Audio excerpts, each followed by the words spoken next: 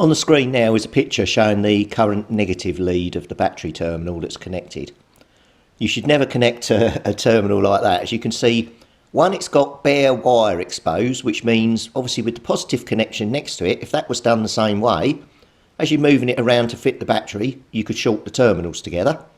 And two, you should always have the outer sheath of the cable pushed right down against the board to protect from that, but also protect the wire a bit more and stop it sort of breaking, which obviously in this instance it's done.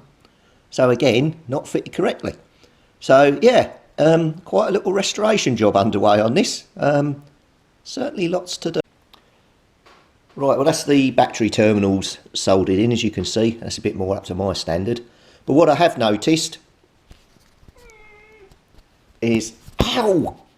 Stop raking on my arm with your claws. Right, sorry, take two. Okay, so what I have noticed, when I've got the cat attacking me, is the wires,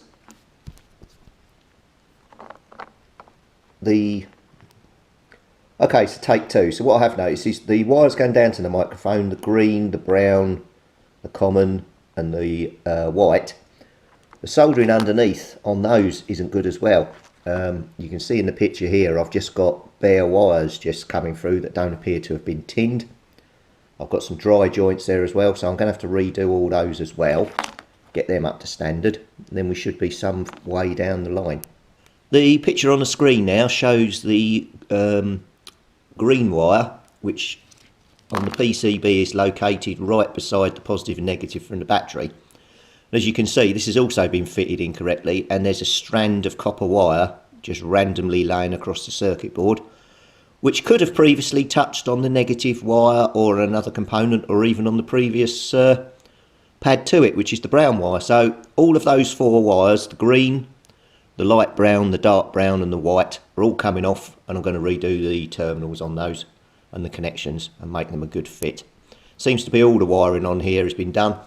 Also, if you look at the picture now, on the solder pad side of where those wires are fitted, it's pretty bad. It doesn't make good viewing at all. It doesn't look like they've tinned the wire, they've pushed it through, the solder joints don't look very good. So we're definitely going to have them out and change them as well. Well, I'm roasting the pad on the back of the board, trying to get the dark brown wire out, and it won't come out. So you see on the screen now, as you can see, they've actually soldered it on the other side of the board. So I've got to carefully get down in the gap there now without touching the push to talk switch or the resistor or the other components down in there, and try and desolder the pad that side. What were they thinking? So here's the wires that I've managed to desolder and get out. And as you can see, if you look at the actual end of the wires, they're not tinned. So whoever was working on this board before had a very limited knowledge of soldering. They've just basically pushed the wire through and tried to apply some solder to the pad, thinking that would give a good connection, which it doesn't. So yeah, all in all, pretty poor. But that's okay. We can put this mess right. But I'm just a bit concerned as to, with all these strands of wire and dodgy connections that potentially I've seen so far, what actual state this microphone is in. So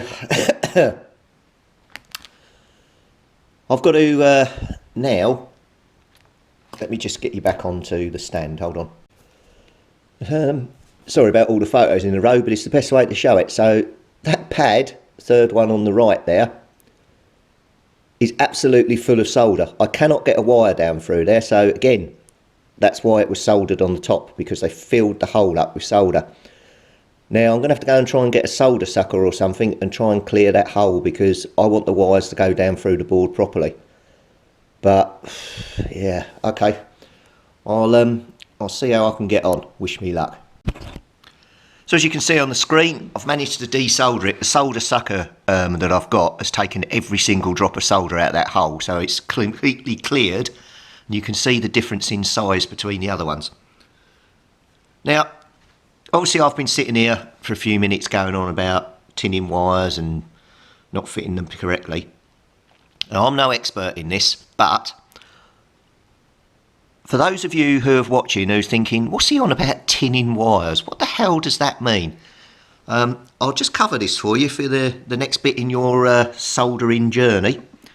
So basically, you trim back a piece of the wire. When you've got the exposed wire, twist it round so it's a nice tight join. And then if you're doing soldering and you haven't got yourself one, get yourself a set of these. They're called helping hands. It's only about £6 UK, £8 UK. I tend to find a lot of these are for sale in sort of like what I call the cheap shops. Not like Poundland or something like that, but you just go in them and they've just got all manner of, well, crap basically. But then sometimes they have like a little tool section. They have these for sale. Or you could probably get them off Amazon or somewhere like that. And the reason why it's called a set of helping hands is I can clip that into that crocodile clip, put it at any angle, any height I want. And then when I go to work on it, I don't have to hold the cable and struggle. It's already held. And they are invaluable. Unfortunately, I've lost one of the crocodile clips off mine, but it still works. So to tin a wire, which you should always do before you fit to a board. Hang on, I just need to put some more water on soldering iron sponge. Hold on. Now, there's probably different ways of doing this, but when I worked in electronics, this was how I was taught. So load your soldering iron with a bit of solder. Then you hold that onto the wire and touch your solder, and the solder will run down the wire and completely cover the bare wire, and that's now what's called tinned.